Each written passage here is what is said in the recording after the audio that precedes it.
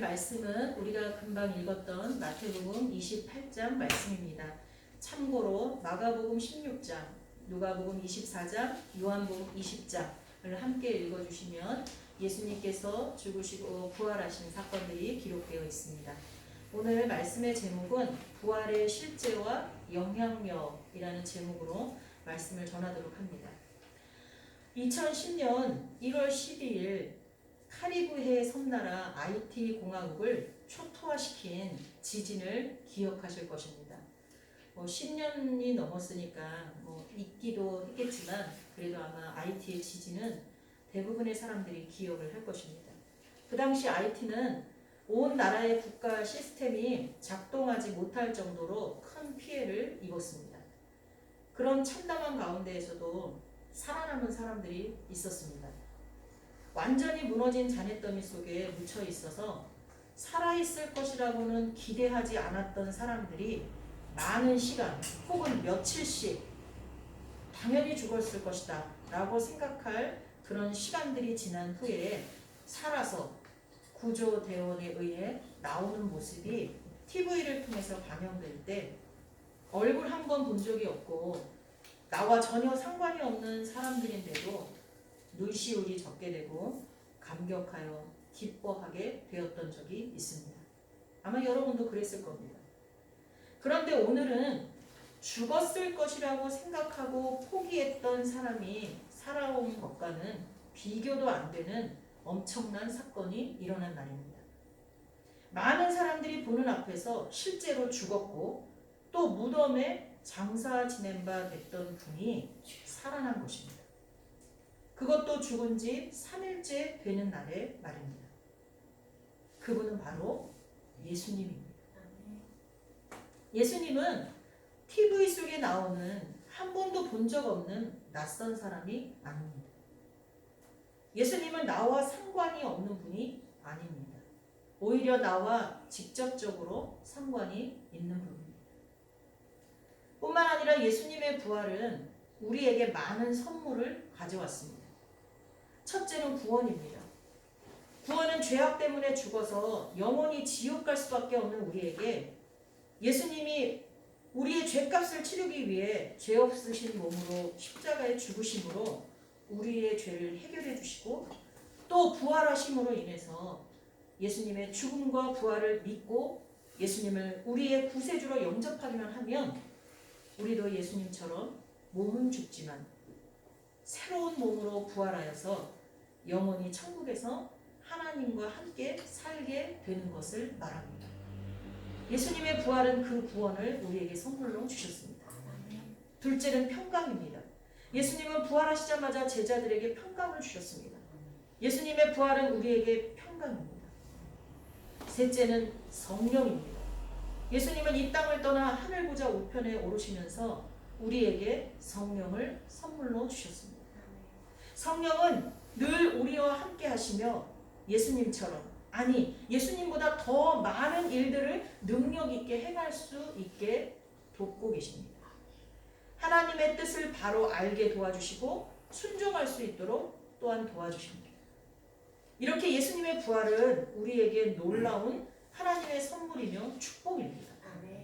그러므로 우리는 하나님께 큰 소리 외치며 찬양을 올리고 감사의 예배를 드려야 할 것입니다. 이 코로나 사태만 아니라면 아마 그동안 예배 안 나오시던 분들까지도 다 예배에 참석해서 정말 찬양을 드리면서 기쁨으로 하나님을 예배하고 또 달걀을 나누고 같이 교제하고 평상시에 입지 않던 저도 이거 굉장히 산지 오래됐는데 평상시에 잘 안 입는 옷도 부활절이라 어떤 교회 사모님들은 권사님들 사모님들은 하얀색 한복을 입으세요. 또 막 그렇게 기쁨을 막 온몸으로 표현을 하게 됩니다. 마치 다윗처럼 다윗이 옷이 바지가 막 내려가는 것도 모르고 막 이렇게 하나님을 찬양했던 것처럼 그렇게 아마 찬양을 해야 되는 날일 겁니다. 그런데 너무나 안타깝게도 인류에게 구원과 참 소망이 되신 예수님의 부활을 믿지 않는 사람들이 이 세상에 너무나 많습니다. 하나님을 모르는 사람이 믿지 않는 거야 그렇다 치지만 하나님을 믿는다고 고백하고 교회를 출입하는 소위 교인이라는 사람들 중에서도 예수님의 부활을 믿지 않는 그런 사람들이 많이 있습니다. 그래서 오늘은 예수님의 부활이 실제로 있었던 사건이다. 부활의 실제와 그 부활의 영향력에 대해서 말씀을 드리려고 합니다. 세상에 존재하는 모든 종교를 막론하고 부활절을 가진 종교는 오직 기독교뿐입니다. 이것이 여타의 종교들과 가장 다른 점입니다. 성경에 예수님의 부활에 대한 장면을 구체적으로 묘사한 책은 마태복음, 마가복음, 누가복음, 요한복음 이렇게 4개의 복음서입니다. 그러나 내용을 가만히 찾아보면 제가 아까 말씀드린 주보에 기록된 그 성경들을 차근차근 한번 읽어보세요. 한 장씩이니까. 그렇게 차근차근 읽다 보면 내용이 조금씩 다른 것을 알 수가 있습니다. 비교해서 한번 읽어보세요. 이것은 이 글을 쓴 저자와 독자에 따라 약간의 차이가 나는 것입니다. 그 당시 4복음서를 기록한 저자들은 마태복음의 마태, 그리고 마가복음의 마가 요한, 누가복음의 누가, 요한복음의 요한. 보통 저자의 이름을 따서 성경 제목을 지어놓곤 하는데 이들의 직업이 다 다릅니다. 마태는 세리였고요. 그리고 마가 요한은 통역사였고요. 누가는 의사였고 요한은 어부였습니다. 예수님의 제자이면서 어부였죠. 이들은 이렇게 직업도 다르고 나이도 다 다릅니다. 비록 성경을 기록한 목적이 모두 예수님의 부활을 전하고자 함이었으나 그들이 성경을 기록할 때 특별히 생각한 독자들이 조금씩 달랐습니다. 그러니까 자기들이 성경을 기록하면서 이 성경의 기록을 읽어줬으면 하는 그 저자들만의 독자 있잖아요. 그 층이 좀 달랐어요. 그렇기 때문에 예수님의 부활을 바라보는 시각과 강조하고자 하는 포인트도 조금씩 다를 수밖에 없었습니다. 자세한 것은 성경을 공부할 때 제가 따로 말씀을 드리도록 하겠습니다. 그런데 이렇게 성경이 다양하게 기록된 것은 성경의 원저자이신 하나님이 이들의 다양함을 그대로 인정했기 때문입니다. 사실 역사적인 하나의 사건을 두고 기록의 내용이 이렇게 조금씩 다르면 먼 훗날 그 기록들에 대한 신뢰가 떨어져서 유익하지 않습니다. 그럼에도 불구하고 하나님은 그렇게 하셨습니다. 만약 사람들이 부활 사건이 없었는데 인위적으로 기록한 것이라면 굳이 이렇게 다 다르게 만들어서 하나의 성경으로 제작을 했을까요? 결코 그렇게 하지 않았을 것입니다. 그리고 이렇게 조금씩 다른 기록에도 불구하고 서로가 완전히 일치하는 팩트가 있습니다. 그래서 이 두 가지 상황 모두를 전문가들은 뭐라 그러냐면 오히려 이것이 성경이 소설이 아니라 사실임을 성경 스스로 입증한다라고 학자들은 말하고 있습니다. 사복음서가 공통으로 알고 있는 부활의 팩트, 즉 부활의 실제에 대해서 오늘 말씀을 드리려고 합니다. 예수님의 부활이 역사적으로 일어난 실제 사건이라는 증거는 아주 많습니다. 그 중에서 몇 가지만 먼저 말씀을 드리겠습니다. 첫째는 예수님의 부활은 예수님이 살아계실 때 미리 말씀하신 대로 이루어졌다는 것입니다. 뿐만 아니라 예수님이 미리 말씀하신 내용들은 예수님이 태어나기 몇천 년 전부터 내려오는 구약의 예언과도 정확히 일치합니다. 이 땅에 수많은 사람들이 살다 보니까 참으로 여러 가지 일들이 많이 있습니다. 그래서인지 죽었다가 살아난 사람이 예수님만은 아닙니다. 죽음을 체험했다는 사람들 간혹 들으시죠? 죽음을 경험했다는 사람들이 꽤 많이 있습니다. 각각의 상황과 원인은 다양합니다. 그래서 예수님의 부활도 그들과 유사한 상황이라고 말할 수도 있습니다. 하지만 그 사람들과 예수님과는 분명한 차이가 있습니다. 우연히 기적처럼 찾아온 일이 아닙니다. 그 사람들은 죽었다 살아난 수많은 사람들은 우연히 아주 기적처럼 살아왔습니다. 물론 거기에도 하나님의 간섭하심이 있었지만 말입니다. 예수님의 부활은 오래전에 예언된 대로 일어난 것입니다. 그 죽었다 산 사람들은 죽었다 살아날 거야 라고 미리 예언된 말씀이 없어요. 사람들의 입장에서는 아주 기적입니다. 우연입니다. 그러나 예수님은 다르다는 거죠. 몇천 년 전에 이미 예수님이 오실 것에 대해서 예언이 되어 있고 그분이 죽을 것, 십자가에서 죽을 것, 그리고 다시 살아날 것에 대해서 이미 예언되어 있습니다. 그리고 예수님 본인이 직접 말씀하셨습니다. 그리고 그대로 이루어졌습니다. 더욱이 예수님의 죽음과 부활에는 사람들이 만들어낼 수 없는 사건들이 일어났습니다. 예를 들면 예수님이 십자가에서 달려서 12시에 달리셨잖아요. 9시에 골고다를 올랐다가 12시에 십자가에 달렸어요. 그리고 3시에 운명하셨는데 12시부터 3시까지 3시간 동안 땅이 갈라지고 하늘이 어두워지고 하는 그런 변화가 있었어요. 그리고 성소의 휘장이 둘로 완전히 갈라졌습니다. 또한 예수님의 죽음, 장례, 부활, 승천에 허다한 증인들이 있습니다. 오늘 본문에도 나왔죠. 한두 명의 증인이 있는 것이 아닙니다. 허다한 증인들이 있습니다. 더 나아가서 예수님의 죽음과 부활은 우리의 구원과 연관되어 있습니다. 누군가 죽었다 살아났다고 해도 그것은 그들의 축복이지 나와 연관된 것은 아닙니다. 만약에 내 가족 중에 누가 죽었다가 살아났다. 그러면 우리 가족하고만 연관이 되어 있어요. 그러나 예수님의 부활은 온 인류의 구원과 연관이 되어 있습니다. 그냥 한 사람이 죽었다가 살아난 사건이 결코 아닙니다. 그래서 우리는 예수님의 부활을 가장 큰 기쁨으로 맞이하고 부활로 인해 큰 소망을 가지고 살 수 있는 것입니다. 둘째로는 예수님의 부활의 처음 목격자들이 여자들이었다는 것입니다. 조금씩 그 여자들의 인원이 다르지만 분명한 건 여자들이었다는 거예요. 사복음서가 똑같이 증언하고 있습니다. 그 당시 여자들의 인권은 거의 없었습니다. 예를 들면 여성은 법정에서조차 증인이 될 수 없었어요. 그런데도 성경은 굳이 예수님의 부활의 첫 목격자들을 여성으로 기록하고 있다는 것입니다. 하지만 이로 인해서 오히려 성경에 기록된 부활이 진짜로 일어난 사건임을 더 알리는 이유가 되기도 합니다. 만약에 사람이 인위적으로 썼다면 여성들을 구태여 첫 목격자들로 기록하지 않았을 테니까요. 더군다나 4개의 복음서가 똑같이. 또한 부활의 첫 목격자들이 여자들이 되도록 하신 하나님의 은혜로 인해서 기독교는 그리스도 안에 있으면 어느 누구나 차별하지 않고 사랑으로 하나가 된다는 것을 알리는 계기가 됩니다. 사실 전 세계에서 여성의 인권이 존중받게 된 계기는 나라마다 차이가 있겠지만 그리 멀지 않은 과거의 일입니다. 거기다가 아직도 여성의 인권이 제대로 인정받지 못하는 나라들이 많이 있습니다. 지금도 많이 있어요.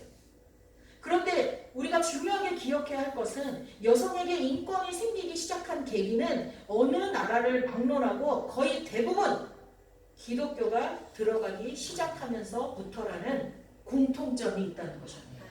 기독교가 들어가면 평등이 생기기 시작하는 거예요. 여기서 우리나라도 예외가 아닙니다. 여성이 교육을 받게 된 것은 우리나라에 들어온 기독교 선교사들이 세운 이화학당에서부터 시작됩니다. 이화학당은 오늘날 뭐죠? 이화여자대학교입니다. 이화학당은 아펜젤러 선교사가 1885년에 교육사업, 우리나라에 들어와서 교육사업을 시작하면서 고종이 교명, 그러니까 학교 이름, 그리고 그거를 액자로 써가지고 하사하면서 세운 것이 배제학당이거든요. 그 배제학당보다 1년 뒤에 세워진 최초의 여자 학교입니다. 이게 이화학당이에요. 이 이화학당은 감리교회 선교사 스크램튼 부인이 1886년에 설립했고요. 이화라는 교명은 명성왕후가 친히 편액을 내린 거예요. 이름을 붙여서 액자에다 써서 이름을 준 거예요. 그게 이화학당입니다. 여기서 여자들이 처음으로 교육을 받기 시작했어요. 이처럼 여성들이 교육을 받게 되면서 여성들에게도 인권이 서서히 생기기 시작했던 것입니다. 아무리 일반 교육 과정 속의 역사서에서 이런 것들을 소홀히 여겨도 이미 일어난 일을 바꿀 수는 없습니다. 일본이 이미 일어난 역사를 자꾸 왜곡하고 있잖아요. 그래도 진실은 사라지지 않습니다. 근데 우리나라 역사서에서도 기독교가 어떤 역할을 했는지를 잘 기록하지 않아요. 근데 이미 일어난 일이에요, 그거는. 이 모든 것들이 예수님의 죽음과 부활 이후 새롭게 창조된 질서입니다. 이 부분에 대해서는 부활의 영향력에서 조금 더 말씀을 드리도록 하겠습니다. 셋째로 예수님의 부활 당시 무덤의 문이 열려 있었다는 것입니다. 예수님이 죽었다가 다시 살아나신 다음 누군가가 무덤의 돌을 굴러줘서 예수님이 나오신 것이 아니에요.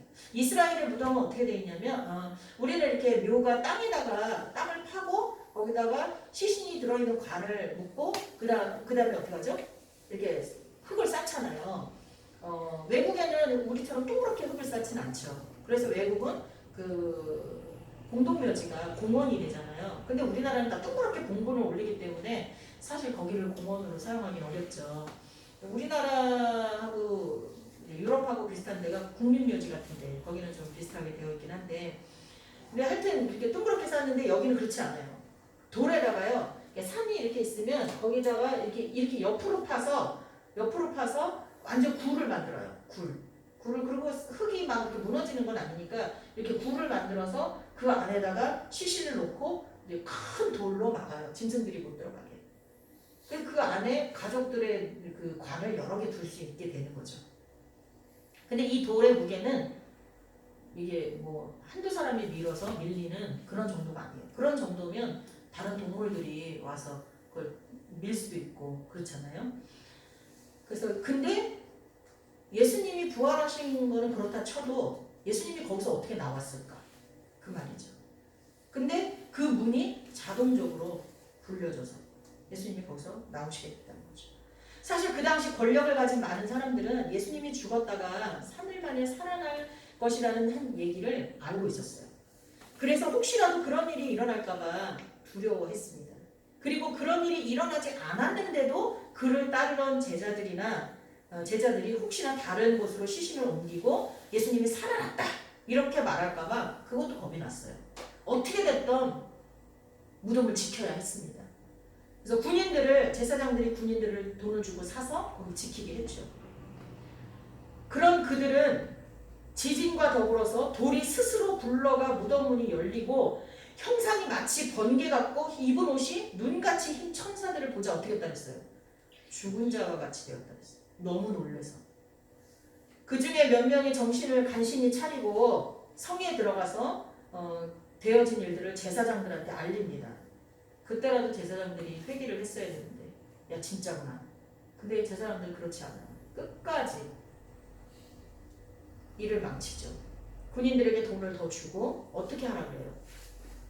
제자들이 와서 예수님의 시체를 훔쳐갔다라고 그렇게 말하라고 소문을 내라고 합니다. 그래서 그 소문을 이 군인들이 내니까 그것이 유대인들에게 계속 그렇게 퍼져나갔다라고 기록합니다.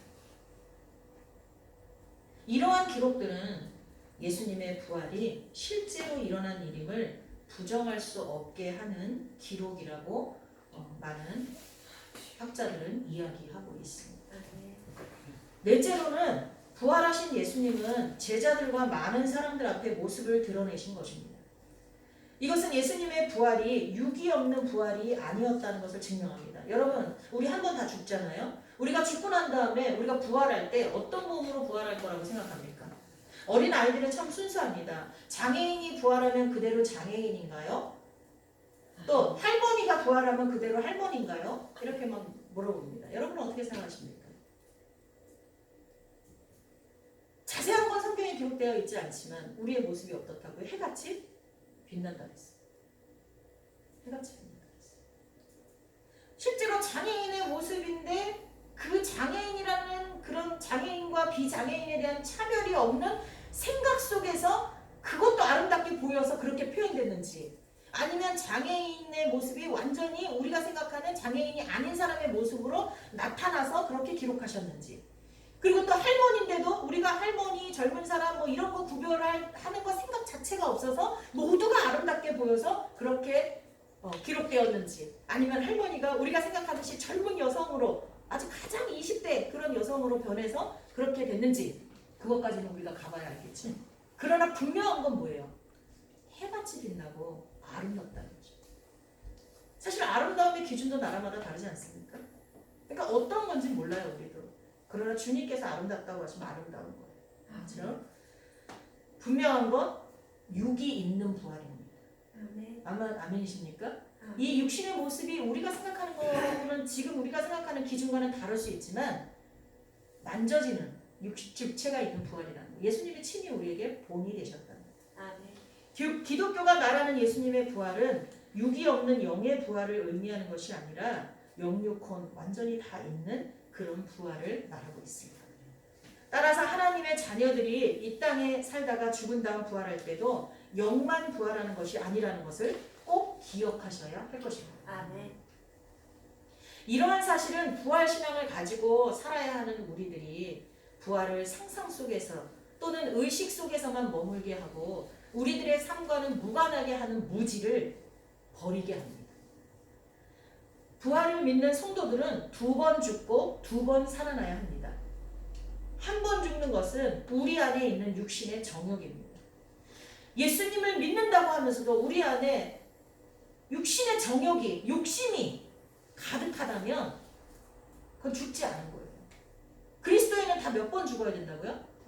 2번 죽어야 돼요. 모든 욕심과 죄악을 예수님의 십자가에 못 박고 새로운 사람으로 다시 살아나야 합니다. 이것이 전문 용어로 뭐라 그러죠? 중생, 거듭남이라고 합니다. 한자로는 중생, 거듭남. 그리고 2번째 죽음은 우리가 잘 알고 있는 죽음입니다. 실제로 이 땅에서의 삶이 끝나는 죽음. 그리고 난 다음에 2번째 부활은 뭐죠? 예수님과 같은 부활입니다. 우리가 살다가 갑자기 나에게 죽음이 찾아올 때 두려워하지 마시기 바랍니다. 오늘 이 말씀을 꼭 기억하시기 바랍니다. 우리는 다시 어떻게 한다고요? 부활합니다. 우리가 질병에 걸리면 살려달라고 히스기야처럼 애원해야 됩니다. 그리고 살려고 노력해야 합니다. 하나님은 삶의 생명을 주시는 분이니까 포기하면 안 돼요.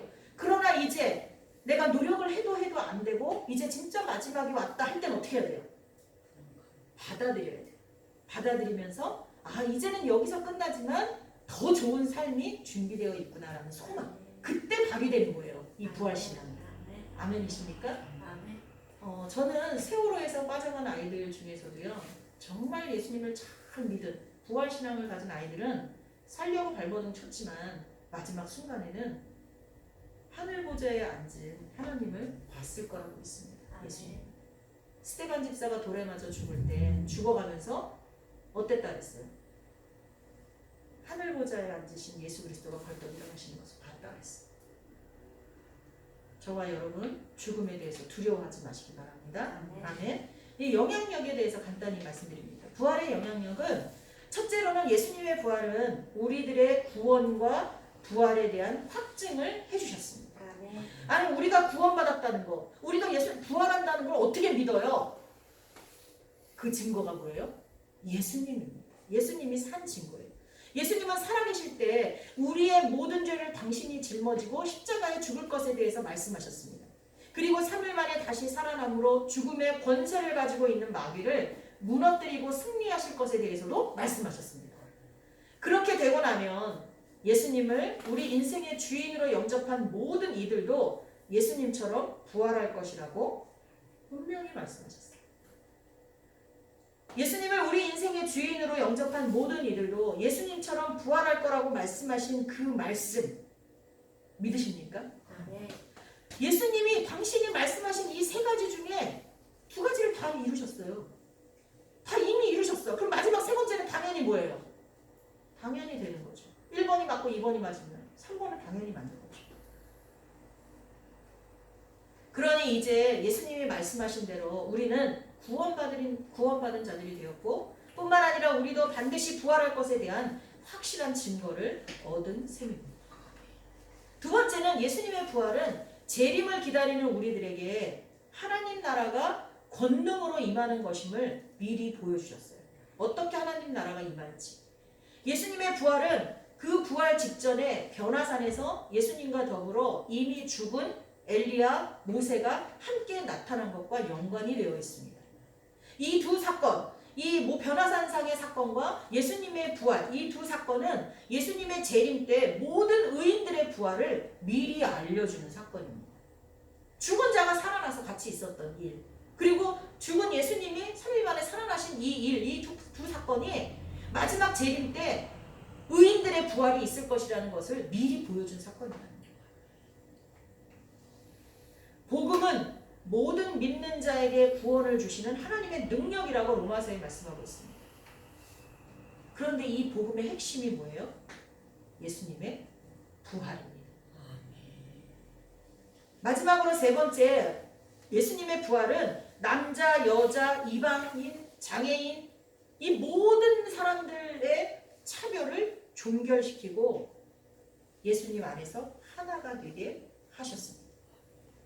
예수님이 죽으실 때 성소의 휘장이 둘로 찢어졌다 그랬잖아요. 사실 이 성소의 휘장은 제사장과 일반인, 남자와 여자, 유대인과 이방인, 장애인과 비장애인을 나누는 역할을 하는 거였어요. 예수님이 십자가에 돌아가실 때 이 휘장이 찢어졌다는 것은 그 나눔이 어떻게 됐다는 거예요? 없어졌다는 거예요. 사실은 예수님이 돌아가시기 직전까지는 그 사람들 간에 이 나눔이 있었어요. 평등하지 않았어요. 그런데 예수님께서 돌아가시고 부활하시면서 이 모든 불평등이 사라졌다. 이제 그리스도의 이름으로 세례를 받은 공동체는 유대인이나 헬라인이나 종이나 자유인이나 남자나 여자나 다 그리스도 예수 안에서 하나다라는 이 갈라디아에서의 말씀처럼 우리가 삶을 살게 되었습니다. 그런데 아직까지도 교회 안에서조차 차별이 있다면, 남자와 여자의 차별이 있고, 교회 생활 오래 한 사람과 새신자 간의 차별이 있고, 돈 있는 자와 없는 자, 권력 있는 자와 없는 자의 차별이 있고, 많이 배운 자, 덜 배운 자와 차별이 있다면 그거는 아직도 예수 그리스도의 부활을 믿지 못하는 신앙이라고 볼 수 있습니다. 아니, 부인하는 신앙이라고 볼 수 있습니다. 예수 그리스도 안에서 우리는 하나입니다. 아멘. 그뿐만이 아니라 사복음서 모두에서 예수님의 부활의 첫 목격자를 전혀 인권이 주어지지 않았던 여성들로 기록했다는 것도 같은 맥락에서 볼 수 있습니다. 물론 여성들이 부활의 처음 목격자가 되게 하신 것은 하나님의 은혜이고 축복입니다. 아멘. 그러나 역사는 언제나 승자의 편에서 기록하게 되어 있습니다. 강자에게 유리하게 기록된다는 것입니다. 그럼에도 불구하고 여성들을 그 중요한 예수님의 부활 첫 목격자로 기록한 것은 예수님의 부활 후부터는 새로운 질서의 세계가 있게 될 것이라는 것입니다. 하나님의 뜻이 그대로 반영된 것이 분명합니다. 결국 예수님의 부활의 영향력은 이 세계의 질서를 다시 창조하게 된 놀라운 사건입니다. 아멘. 예수님의 부활은 새 생명, 새 창조 질서를 만들어 놓으신 놀라운 하나님의 은총입니다. 이제 우리는 예수님의 죽음과 부활로 인해서 얻게 된 값진 구원과 새로운 질서에 맞는 삶을 살아가는 성도가 되어야 할 것입니다. 기도하겠습니다. 부활의 주님을 찬양합니다. 부활의 주님께 꿇어 엎드려 경배를 드리며 기쁨과 감사로 찬양을 드립니다. 십자가에서 죽으심과 부활하심으로 우리에게 구원과 천국에 대한 소망을 주심을 진심으로 감사드립니다. 아멘. 이제 우리의 삶이 부활하신 주님과 함께하는 천국 백성의 삶이 되게 하여 주옵소서. 아멘. 이 땅의 것에 연연하지 않고 하나님 나라의 것을 바라보면서 우리에게 주신 재능과 우리에게 주신 모든 것들로 다른 이들을 섬기며 살아가는 저희들이 되게 하여 주옵소서. 아멘. 하나님, 가진 것을 나누는 삶을 살게 하여 주시옵소서. 아멘. 천국 시민의 삶을 멋지게 살아내도록 성령이여 인도하여 주옵소서. 아멘. 예수님의 이름으로 기도드립니다. 아멘. 아멘.